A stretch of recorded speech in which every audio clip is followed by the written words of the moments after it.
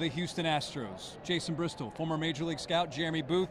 Philadelphia Phillies come away with a 6-5 win in Game 1 here at Minute Maid.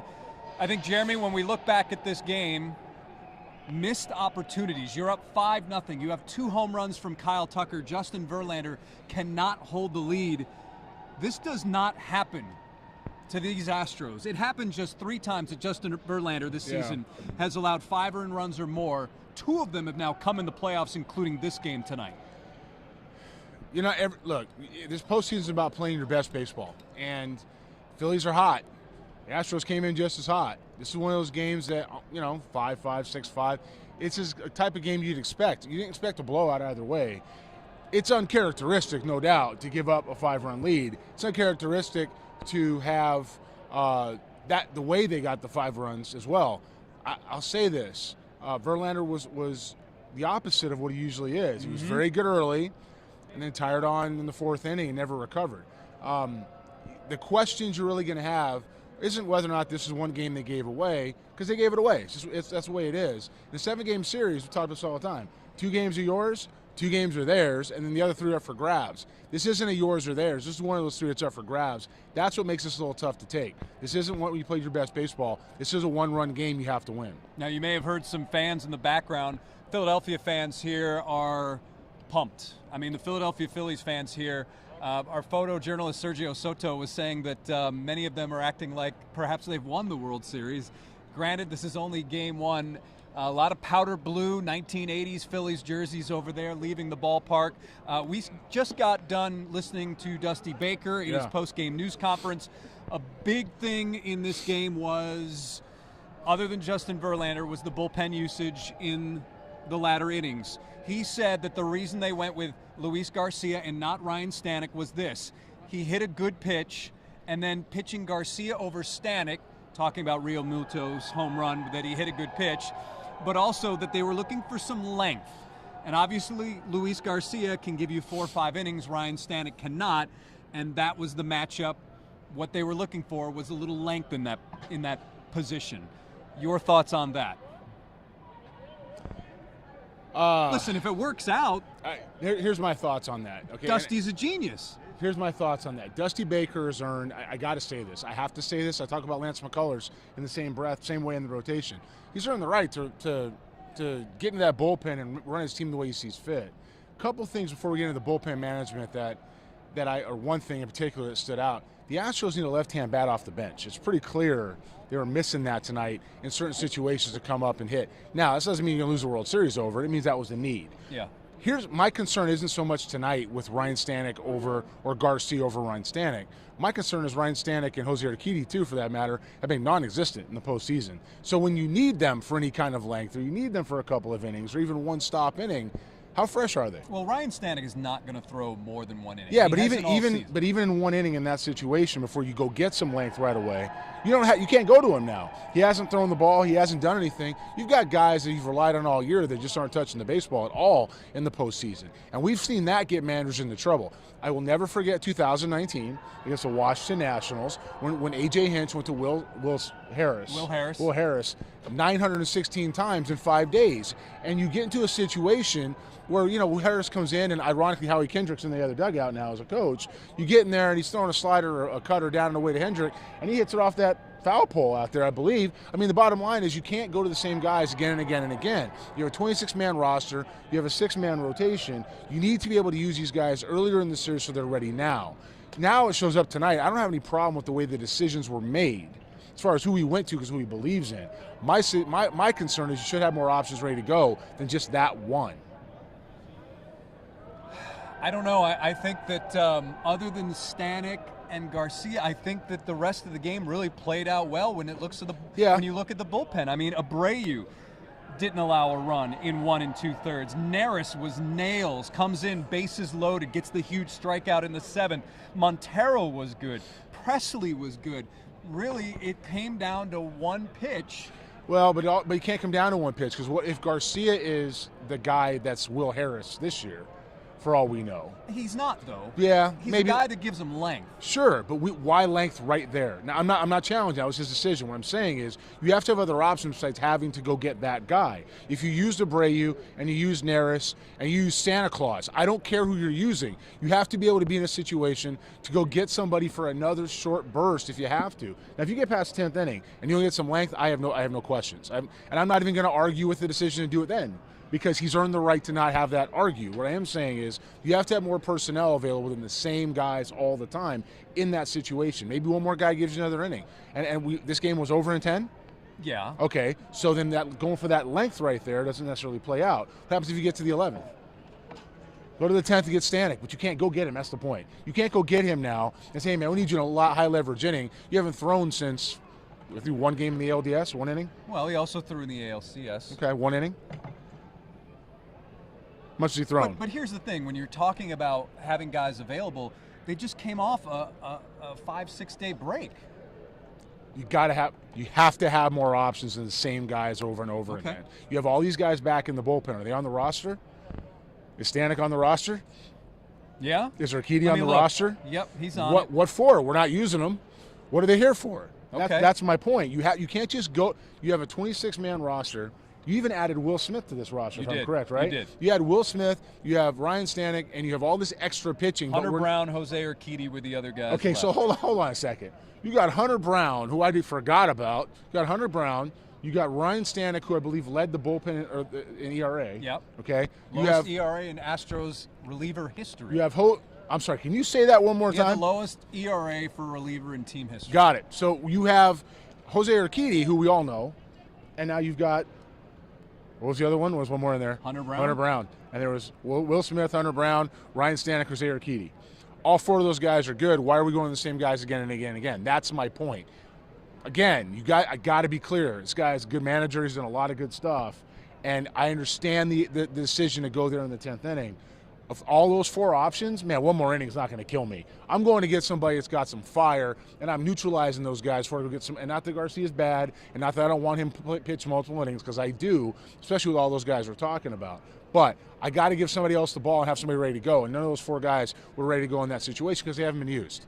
Justin Verlander, we just heard from him. He said on his 4th and 5th innings, I wrote down the pitches.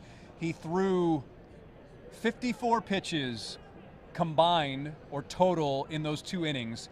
I don't know if he's done that all season. My guess is he hasn't. Yeah. He said that basically he wasn't executing. He got some traffic on the bases and wasn't able to make the pitches he wanted to. He said they hit their mistakes hard. That's what I got out of that. He said that too. And he said, all that kind of ties into not executing. I made mistakes. Why right? wasn't he executing, though? Well, he was on fire in those first few innings. Usually that's a delivery flaw. It's certainly not a concentration thing, unless he started, kind of changing his focus. I don't see that happening. No. Something happens delivery. Maybe he wasn't as loose. He's not going to tell us that tonight. Sounds like it's an excuse. At the end of the day, the way he went about it, and the way those guys went to it, you've got to have a situation there where you pull yourself out of those pretty, as fast as you can. It's the World Series. And Dusty Baker made a point. He said, Justin Verlander 99% of the time pulls himself out of that. He's right. He does. And Justin Verlander 99% of the time with a 5-run lead, 99.9% of the time, doesn't go there. But this is still today, not yesterday and not tomorrow. It's today. So you have to be able to understand where that's going. Can't fault the decision. Should have gone the other way. But the Phillies are a good mistake-hitting team. We talked about before the game. Yep. We talked about during the game. And when you make mistakes to a lineup that's got Schwarber, who's a mistake hitter, Harper, who's a very good hitter, also a mistake hitter, Hoskins, who's a mistake hitter, Real Muto, who's a good hitter but doesn't miss mistakes. I mean, and you keep going down the line, those mistakes will add up, and it just got to just Verlander in that window. All right, lots of comments here. I bet. Lots of comments. Chris says Dusty Baker is not a clutch manager. That's why we lost tonight. That's why he's never won as a manager. Poor decision making. I think you and I both know yes, he's the ultimate decision maker, but there's a lot of other voices and analytics that go into the options that he has when it comes to making decisions like that. So the Will Harris thing in 2019, I was blaming that on analytics because they weren't getting off the script. No. Okay. This one I'm not. Okay. Because they're Ryan Stanek's numbers and even Hunter Brown's numbers since he's got here. Well, listen, Dusty mentioned a few minutes ago that yes, it was Ryan Stanek, or Luis Garcia. They were looking for length. Okay, there. yeah, I get it, and I keep hearing it, Yeah. and I hear it's the 10th inning.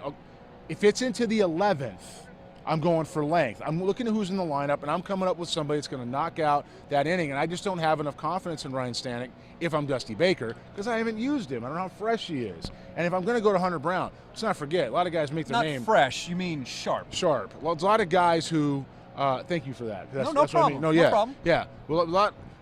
I gotta say this. Some people think that there's animosity going on here. here. Could love this guy more. We're good. Thanks for the concern. But when it comes to a guy like Hunter Brown, that's a fresh arm. Yeah. That's a big arm. That's somebody who is untested in this type of situation. So maybe you don't go to him, but you have to have more options, and you can't just lock yourselves into the same guy again and again and again. We have someone saying they used Verlander in Game 1, so are they reserving him for 5 and through 7? Typically, your Game 1, Game 2 starters, they will pitch twice because they're your horses, and yes, they will be used multiple times in a series. What else do we have? Let's see. Pablo says sit Mancini and Altuve. Dusty needs to change things up.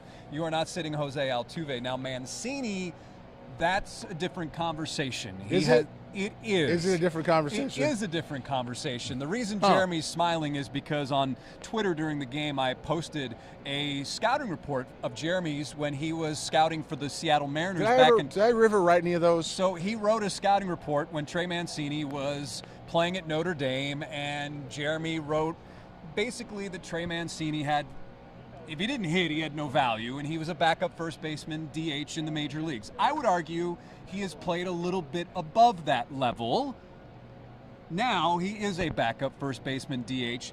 Having said all that, yes, Trey Mancini in the 8th inning did not look good in his at-bat.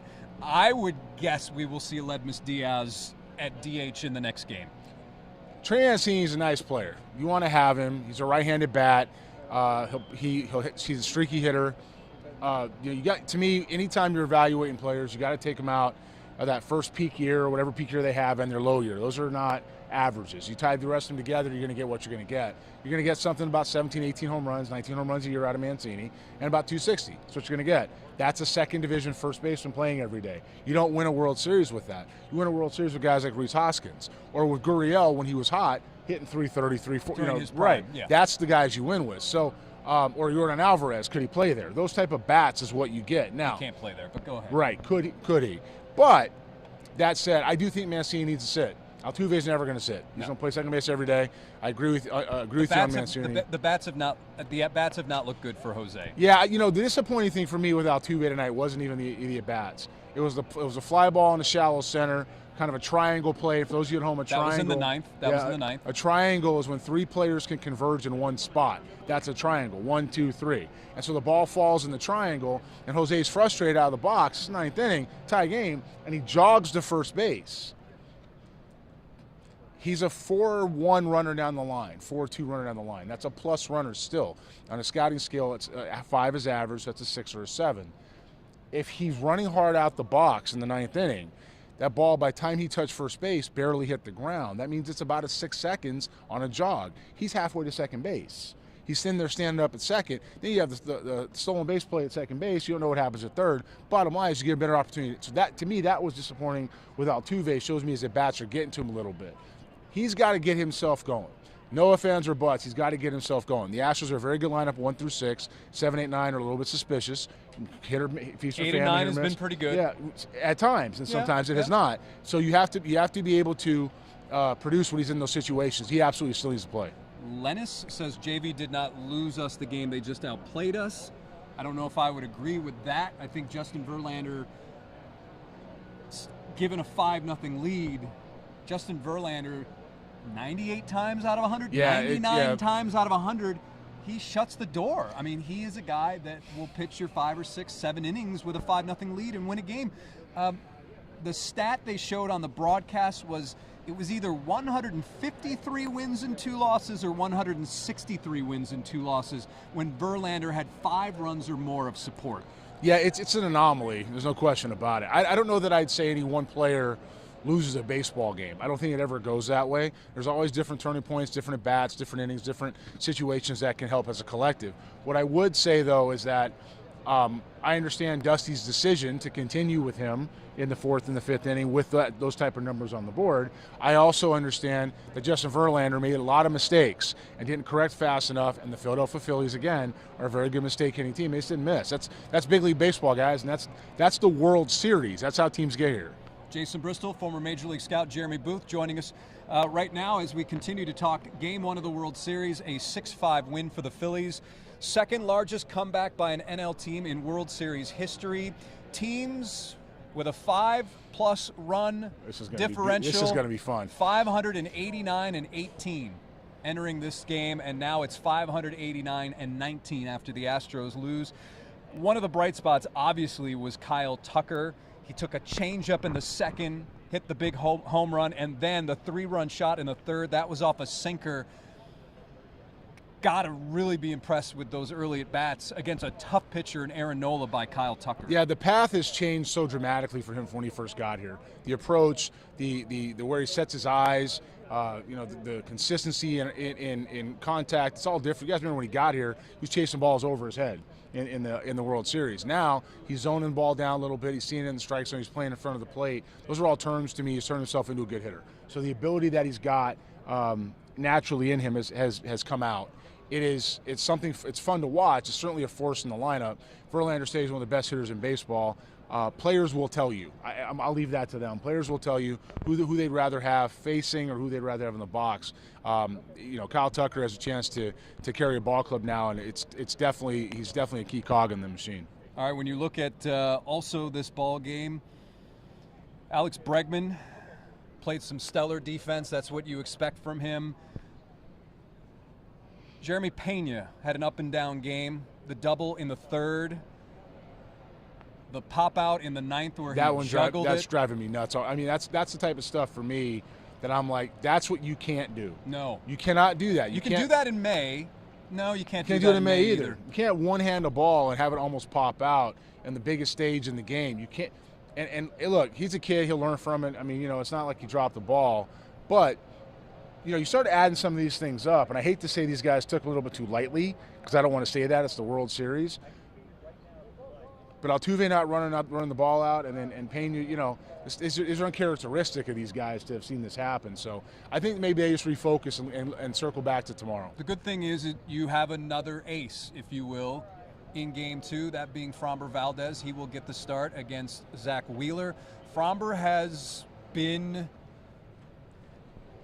number 1A for this team, and I can't imagine it will be any different in Game 2. He's home. The crowd will be behind him. Yeah. I'm expecting a solid start from Framber Valdez. Yeah, me too. when he's on, he's tough to beat. Yeah. I mean, it's the Verlander Valdez thing is, it's funny. I was talking to some scouts. I'm not going to name who they were. In New York. And we talked about, 1 and 2, if you get one out of there, you're pretty lucky, right? That's how good people think of Valdez. Most people around the league will think about Verlander.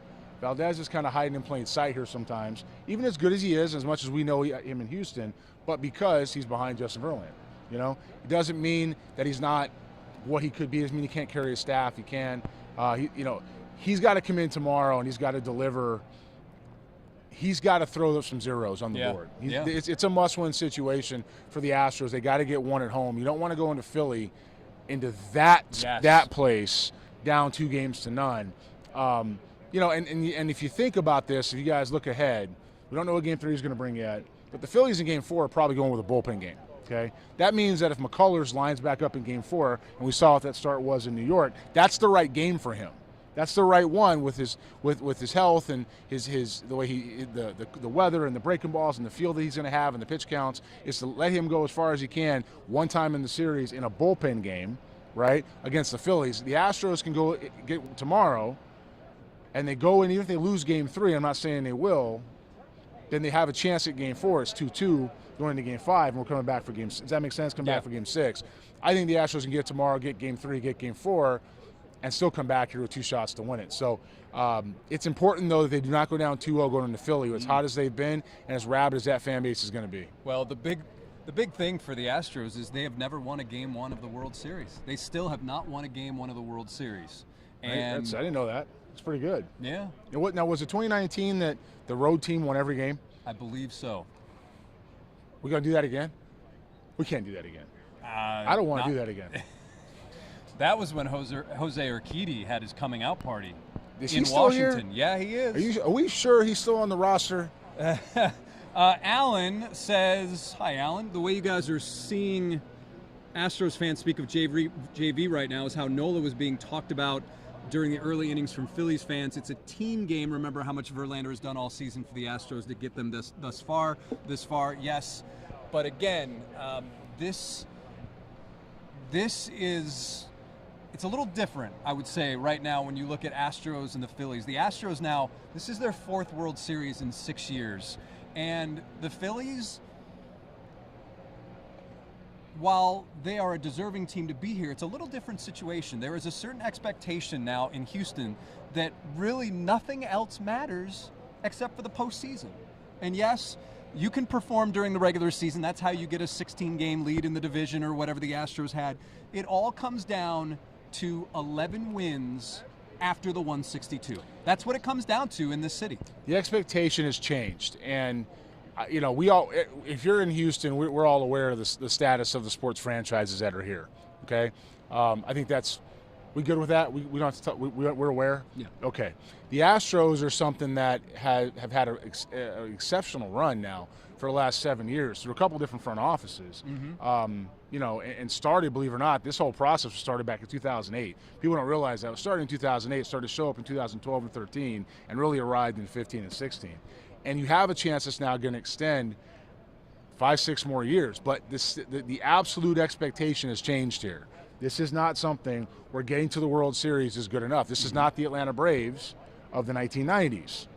Right? 5 World Series or 4 World Series, 1-1. Okay. Astros expect to win, and they got the best team in the game. Well, the Braves expected to win, and they had the best. They didn't have the best team in the game. You had the Yankees back then. Okay. You had some other clubs that were pretty good. The Astros got the best team in baseball. It's a different era, but you're not going to come here and go 4 to 5 World Series and win 1. This club's ready to win.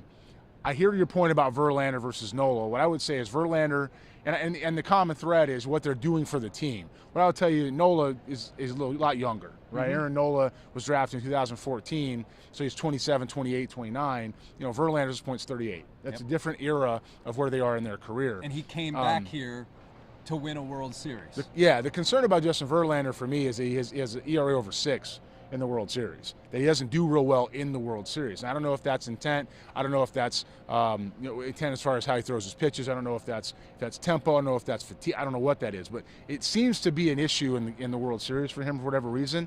It doesn't mean I don't have any less confidence in him. It's just how it's working out. One guy who has to get going in this Astros lineup is Yordan Alvarez. Yordan Alvarez, 2 strikeouts in this game. He was 0 for 4 with a walk. When you look at what he did earlier in the ALDS when he basically carried this team. Yeah. But since then, he has been somewhat quiet. I mean, coming into this series, 241 with those 2 home runs that against the Mariners with 8 runs driven in. This team is a different operation when Yordan Alvarez is swinging a hot bat. Now, one thing I've tend to notice in the games after those first 2 games in Seattle, Yordan Alvarez is seeing a lot of pitches up and away. Mm-hmm. Now, the at-bat against Robertson in the 10th, where Robertson, that was a worm killer, man. That ball was about 50 feet 5 inches into the dirt, and Alvarez swung. So he's a guy that the Astros need to get going to have a chance to rally and come back in this series. Well, what you can't do if you're the Houston Astros is have Justin Verlander make mistakes, have Altuve be non-existent, Alvarez somewhere in the dugout with his bat, and Mancini or whoever's in the DH hole not performing. That's 3 outs in your lineup. That takes your 9 guys to 6. You have to have Alvarez perform. You got to have Altuve. You can miss 1. You can't miss 2. And when you get to a situation where Alvarez is chasing balls in the 10th, he's feeling it too, right? So up and away is a tough pitch for a left-hand hitter to hit. they're going to pitch him up there at the top of the zone. They're going to make him beat him. If he's not beating them there, or they don't get the ball there, they're going to try to bury it. He's looking the velocity. He's looking up and away. And it's something called predetermined to swing, which means, guys, he's already made his mind up. He's going to swing at a pitch like that. He's got way better plate discipline. He was looking to swing. He was in swing mode, and he didn't stop himself. Alan also says, exactly, Jeremy, Phils and Stros both could use bullpen improvements. I don't know exactly what that means. I will tell you that the Astros had the best bullpen in baseball. Now, is it the thing where you were talking about how they are using the same guys over and over, and maybe it's a bit predictable, or they're sticking to a script? Maybe. But in terms of the actual guys in the personnel, bullpen, the personnel, this is for anyone that's really followed us a lot throughout the season and during the playoffs, this may not be the most talented team the Astros have had, but in my opinion, it's the most complete team the Astros have had. It's a pretty good club. I don't have any issues with the way the bullpen's put together. As a matter of fact, I would say James Cook did a pretty good job putting this bullpen together. Very good. What I would also say, though, is, again, you hit the nail on the head. I do not believe that you use the same guys again and again and again. You burn guys out. Relievers are not meant to do that. They're not meant to pitch that many innings that consistently because of how they go about their business, because of where their mind is, where the up tempo is. You know, the huffing and puffing guys doing it. It's not what it's for. And if you continue to do that, you will run burning guys out. And Dusty's a big field manager, and he goes into managing with what he thinks is going to get it done. Stays consistent, stays loyal. In the World Series, and look, I just have a hard time trying to tell this guy how to manage a baseball team. But what I will say is, in the World Series, you really, and I mean really, got to go with the hot hand at that moment in time. It doesn't have to be. You have to have everybody ready to go. You can't, because every game, every inning, every pitch matters. It matters more than the ALDS, matters more than the ALCS. It's the World Series. There is no more tomorrow. And just like that, a series can turn on its head. And we've seen that happen every year we've done this now. Yep. All right, well, once again, the story from here at Minute Maid Park, the Houston Astros losing Game 1 of the World Series to the Phillies, 6-5 in 10 innings. The Astros had a 5-0 lead. They could not hold it. Justin Verlander cannot get the job done, and the Astros then lose the game in the 10th, Luis Garcia giving up a home run to JT Realmuto. So once again, thanks to all of you for watching us. He's Jeremy Booth. I'm Jason Bristol. What's going on over there? I don't know. There's people all over the place. Okay. Anyways. Stepping on the grass. Oh, yeah. Anyhow, that's what we've got cooking here. Again, the Astros losing Game 1 of the World Series, and of course, keep it locked here as we'll be talking after Game 2. We'll see what happens. Framber Valdez, Zach Wheeler in Game 2 of the World Series. Good night, everybody.